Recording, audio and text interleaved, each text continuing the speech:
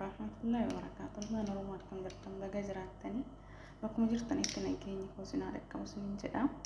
Akkasumas chaanaala kana YouTube subscribe share like comment gochuun hin dagatina. Har'aan tana nyaata faxuura jechuudha. Qorsii faxaara hojjechuufanii mayyee tokko farratti haliiba aannan jechuudha. Firiijii keessaa waan baaseef hin qorree ho'isuuf akka ittiin dafee kaa'uuf jechuudha. Aannan sunis isa kana. Jiraan ammoo duqeetiitti dabalee kaameraa jechuudha. Maankaa takka xiqqoo itti dabalee jirraa soogidda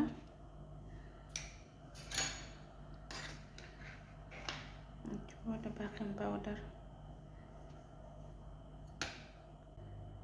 angulaan sabbaa tokkottan dabala. Sukkaara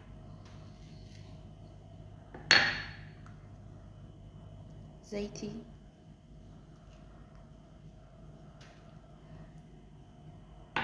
aannan isaa jechuudha.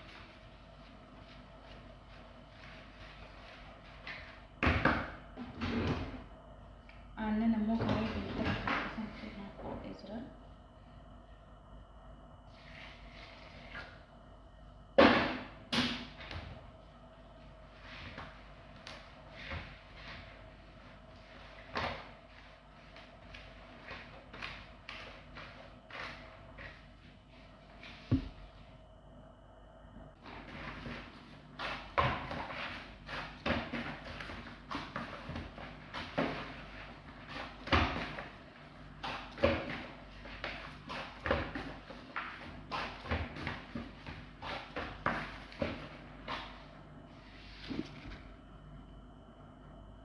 Kena aku lagi tekan suku masuk saja lah.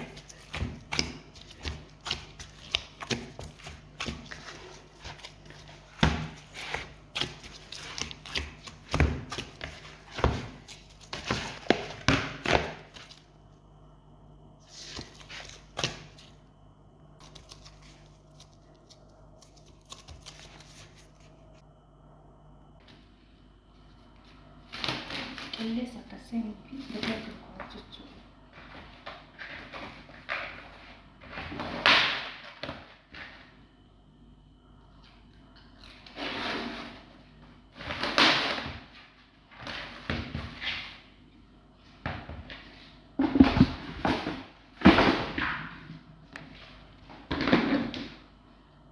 Koni cara, juga terlihat cuci cuci.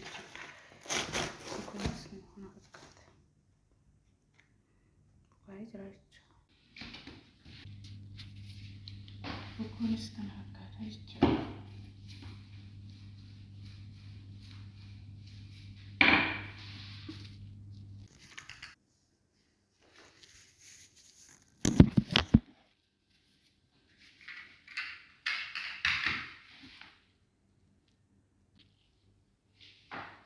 Nah, keluarga kan juga bisa.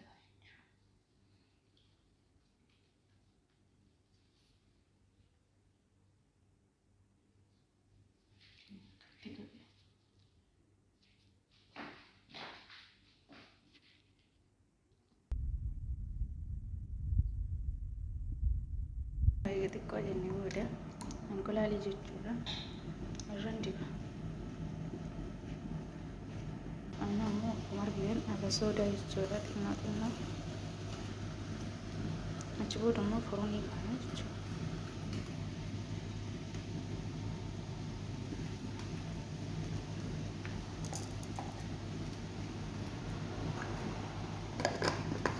Akkuma argaa jirtan kana bilchaatutti jira maashaallah.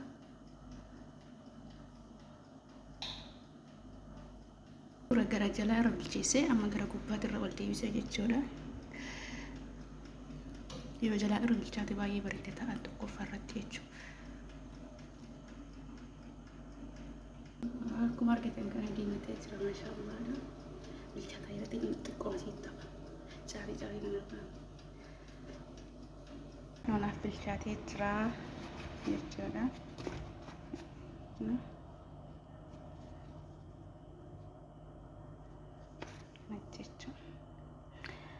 أنا كسي المان أرومو يوتيوبر اللي هاروا يوتيوب جراتي سبسكرايب لايك شير كومنتي بودا المان أرومو لا ججبيسنو قتي واتي كفل لا ينقفل أنا هو يلا ججبيسنو سنين جدا نجا نفترا